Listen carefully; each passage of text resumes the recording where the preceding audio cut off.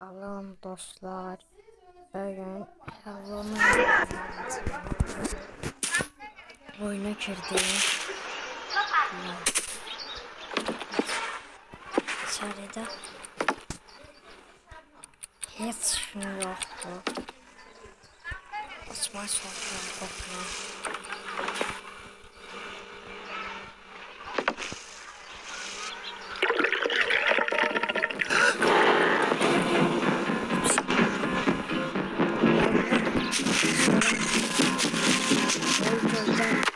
Düştü.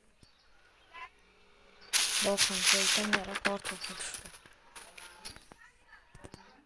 Neyse.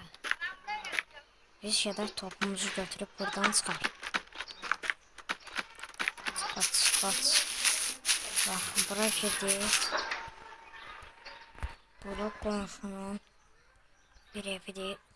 Ama kapısı kilitliydi. Daha kapıdan girmeliyiz. Dalda kapı yoktu. Dalda da kapı yoktu dostlar. Bakın buraya girdim.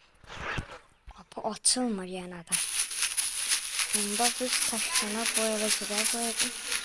Maşını da var hatta. Maşını da var. Bunun şişesine bakın. Kapını açtım. Ben bunu sürüp aparacağım.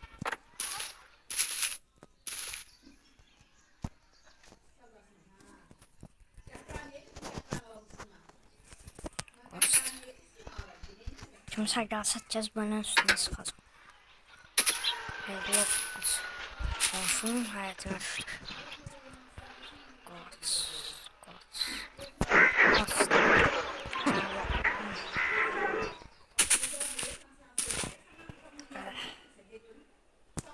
Açayım gel.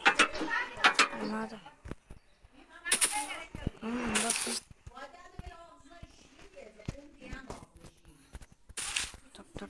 Dur. Kapısı bela. Özledim. Bizim evde kapını özüm açıklam çünkü Halloween'i burada alın. Sonra komşu dalımıza düştü. İçeri girək. Geldim. I am rather busy. Burada adamlar yok diye aslında. Look great. Where you stationed? Dışarıdan qaraba səslər gəlir bizim evimizdə. İndi getdik qonşunun evine. Qonşunun evində öldüyüm kimsə var.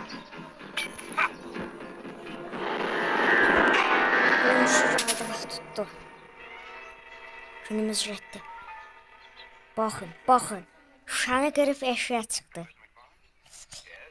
Bu da bizə bir fürsət. Şüşədən içəri girəcəyik. Ama oynatacaq.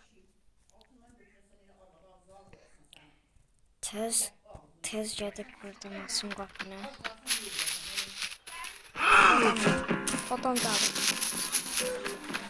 Qaç. Çıxdım.